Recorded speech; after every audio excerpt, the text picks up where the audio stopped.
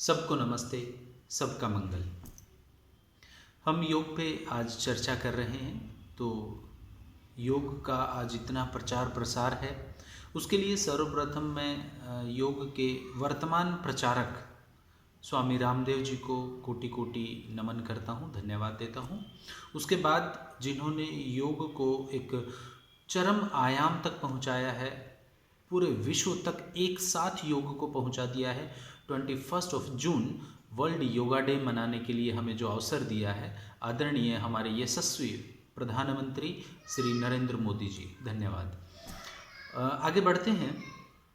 वर्तमान में हम सब योग करते हैं और योग के अनंत लाभों से हम समय समय पर अपने आप को अभिभूत भी कर पा रहे हैं।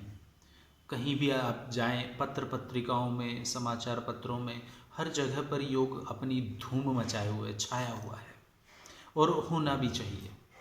आज किसी से भी बात करें तो हर व्यक्ति, देखिए, दवाओं से तो बचना चाहता है, लेकिन दवाओं से बचने का उपाय सबके पास तो होता नहीं है, लेकिन बताते सभी हैं, हाँ योग कर लीजिए, योग कर लीजिए। आज एलोपैथिक डॉक्टर्स भी ये प्रिस्क्राइब करने लग गए हैं कि आप जाएं, मेडिटेशन करें, रिलैक्सेशन करें, स्ट्रेचिंग करें, योगासन करें। योग टीचर को आप इनवाइट करें अपने घर पे और उनसे क्लास लें, उनसे कुछ मार्गदर्शन प्राप्त करें, जिससे कि आज वर्तमान समय में जो भी तनाव रूपी इतनी ढेर सारी बीमारियां हो गई हैं ना, उन सब का सोर्स मुख्य रूप से तनाव होता है। 90% डिजीज़ केवल तनाव से पैदा हो रही हैं। और बहुत अच्छी बात है, जो लोग अवेयर हैं, जो जानते हैं कि एलोपैथी बहुत अच्छी विधा है, बहुत अच्छी विधा है, हम इसका विरोध नहीं कर रहे हैं, हम इसका समर्थन कर रहे हैं, क्योंकि जो टूल डायग्नोज के एलोपैथ में है, जो इमरजेंसी ट्रीटमेंट एलोपैथ में है, वो योग में बिल्कुल नहीं है। तो इन जगहों पर हम उसका सहारा लें। बाकी प्राइमरी प्रिवेंशन है, सेकेंडरी प्रिवेंशन है, जहाँ तक क्योर की बात है, वो योग बहुत अच्छे से करता है कवर।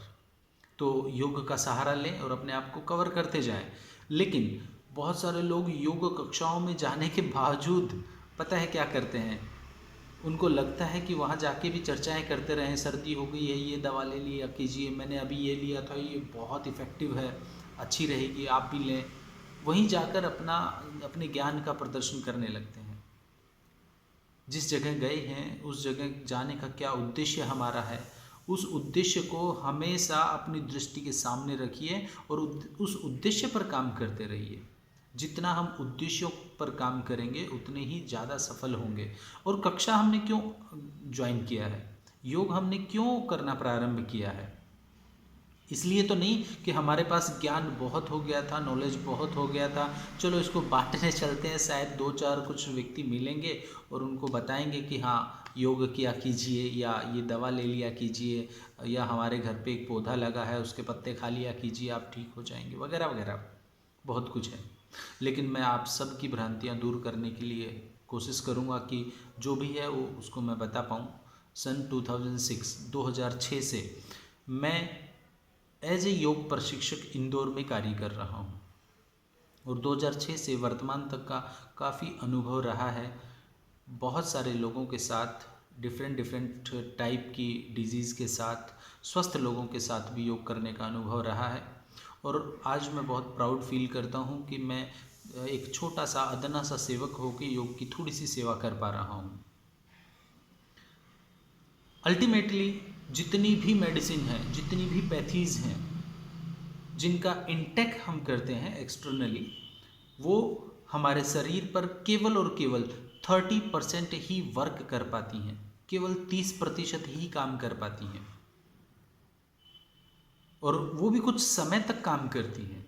मान लीजिए उसका टारगेट हम रखें कि 2-3 महीने वो काम करती हैं। अगर उस 2-3 महीने में हमारे शरीर ने ज़्यादा रिस्पॉन्स नहीं किया, या हम लेटे लेटे आलस्य के वशीभूत होकर ही अपने आप को आगे गतिमान रखें और डिपेंड हो जाएं कि बस ये औषधि अब तो ठीक है, इसी से ठीक हो जाएंगे, तो ये कभी संभव नहीं होता। हमने लोगों को देखा है, दवा लेते लेते उनकी दवाएं, उनका टाइम ड्यूरेशन इंक्रीज़ होता रहता है, बट वो ठीक नहीं हो पाते हैं। तो ये सब केवल 30% ही काम करता है। बाकी जो 70% बच गया ना, उस 70% पर हमें ही काम करना होगा। येन केन प्रकारेण आप शाम दाम दंड भेद सब अप्लाई कर लीजिए, लेकिन वो 70% को यदि आप कवर नहीं करेंगे ना, तो ये 30% भी आपको लाभ देना बंद कर देगा। मैं सीधा सीधा यही बोल रहा हूँ कि 70% काम यदि आपने शारीरिक और मानसिक रूप से करना अनुशासन के साथ प्रारंभ नहीं किया, तो आप जो दवाएं ले रहे हैं वो दवाएं निरंतर बढ़ती रहेंगी और आप कभी ठीक नहीं होने वाले हैं। हाँ, लेकिन कुछ पैथियाँ बोलती हैं कि जब तक आप दवा ले रहे हो, सिम्टम नज़र नहीं आ रहे हैं, यू आर हेल्दी, आप ठीक हैं।